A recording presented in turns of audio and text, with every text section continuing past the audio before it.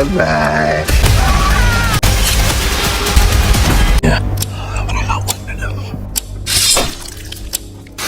Spoiler warning. The Butcher's ending isn't just shocking, it's a lie.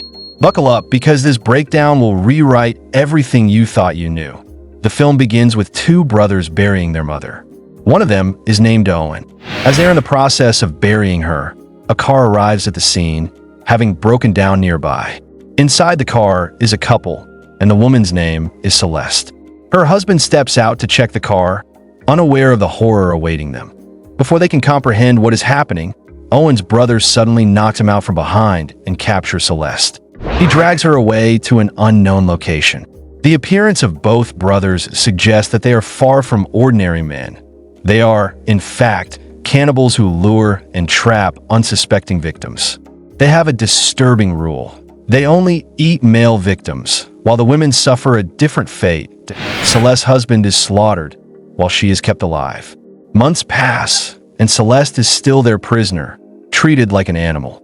The reason for keeping the women alive is revealed. They are used for reproduction. The brothers aim to extend their bloodline by enslaving women, while men are killed and consumed. Amidst this nightmare, a chilling and mysterious voice is heard, hinting at something even more sinister lurking in the shadows. Meanwhile, another car appears, breaking down in the exact same spot. This time, 4 friends are inside. 2 of them are girls named Taylor and Jenna. In search of help, Jenna's friend decides to walk ahead, hoping to find a gas station. Taylor joins him. After some distance, they finally reach a gas station, where they encounter Owen, who appears to be in the same predicament as them. Pretending to offer help, Owen arranges for a tow truck, but in reality, he has already planned their fate. Back at the car, Jenna and her friend notice several wires scattered around, but choose to ignore them. These wires, however, serve as an alarm system, alerting the brothers to intruders in their territory. As they sit in the car, they notice someone taking their photos. It's Owen's brother. Alarmed, they decide to leave immediately. As they drive, they come across a photo of themselves, realizing that someone has been watching them all along. Meanwhile, Taylor and her friend continue waiting for the tow truck, but it never arrives. Frustrated, Taylor decides to leave, instructing her friend to pick her up once the truck comes. This leaves Taylor's friend alone, making him an easy target for Owen. Under the guise of asking for help, Owen tricks and knocks him unconscious. Taylor, now terrified in the dark forest, unknowingly returns to the brothers' gas station, where Owen captures her. Jenna and her friend, growing more anxious, find another photo of their friends, deepening their fears. Suddenly, Owen's deranged brother appears and attacks. Jenna manages to escape, but her friend is caught. Desperate, Jenna stumbles upon a house and feels a brief moment of relief, only to realize that it belongs to the cannibalistic brothers. At the same time, a car passes by, but fate is cruel. It is Owen, driving away with Taylor as his captive. Before Jenna can react, Owen finds her and takes her prisoner as well. Once inside the house, Jenna calls the police, but help is far away. She finds countless photos of past victims, confirming the terrifying truth. She has walked straight into a nightmare. Jenna and Taylor are tied up, and soon after, their male friend is brought before them. Right before their eyes, Owen's brother brutally snaps his neck, demonstrating that escape is futile. Owen then leaves for the gas station, seeking his next victims, while his brother prepares to butcher their friend's body. Meanwhile, Jenna and Taylor seize the opportunity to break free. Confused and scared, they don't know which direction to take, but decide to return to their broken-down car. Just then, a tow truck arrives, driven by an older man. They desperately explain everything to him, hoping for salvation. However, their relief is short-lived. The old man is none other than the brothers' uncle, an accomplice in their gruesome deeds. Instead of rescuing them, he drives them straight back to the house.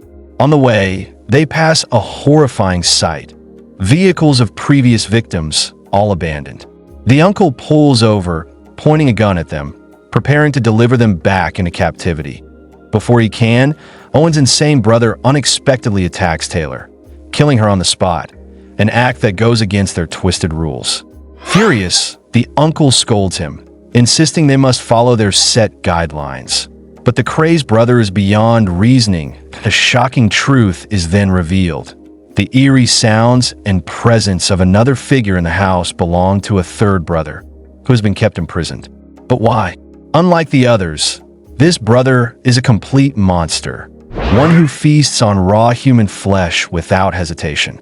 Fearing his uncontrollable nature, the two older brothers had locked him away. Jenna, still fighting for survival, discreetly takes a blade during the commotion. She is thrown into a room with Celeste, whose fate is even more disturbing. Her tongue has been cut out to ensure she remains silent. Realizing she will meet the same fate unless she acts, Jenna frees Celeste, handing her the blade. However, Celeste, after enduring so much, chooses a different kind of freedom. She first takes the life of a young child, held captive before ending her own suffering. Owen's brother finds her lifeless body and is devastated. Shortly after, Owen arrives, alerted by his uncle. Enraged by his brother's defiance of their rules, Owen considers punishing him, but ultimately backs down, fearing for his own life. Instead, he orders his brother outside and proceeds to mutilate Celeste's corpse. In the chaos, Jenna manages to escape and reaches a car, where she finds one of her friends still alive. She frees him, and together they flee. Just when they think they have escaped, they make a terrible decision. Jenna's friend decides to go back and kill Owen. He succeeds in shooting him, but in the process, he himself is shot by the brother's uncle. Before the uncle can do more harm, Jenna seizes a cleaver and drives it into his skull, killing him instantly. With her friend barely clinging to life, Jenna has no choice but to run. Meanwhile, Owen's crazed brother unleashes their third, imprisoned sibling, making the situation even worse. The monstrous third brother immediately begins hunting Jenna. Desperate, she reaches a car and struggles to start it. After what feels like an eternity, the engine finally roars to life. Just as she is about to escape, Owen's brother arrives and brutally kills her. The film ends with Jenna's death, marking yet another victim in the brothers' horrifying game. Think you could survive the butcher's world? Tag a friend who'd fail miserably. Winking face, don't forget to subscribe, unless you're scared of the truth. Thanks for watching.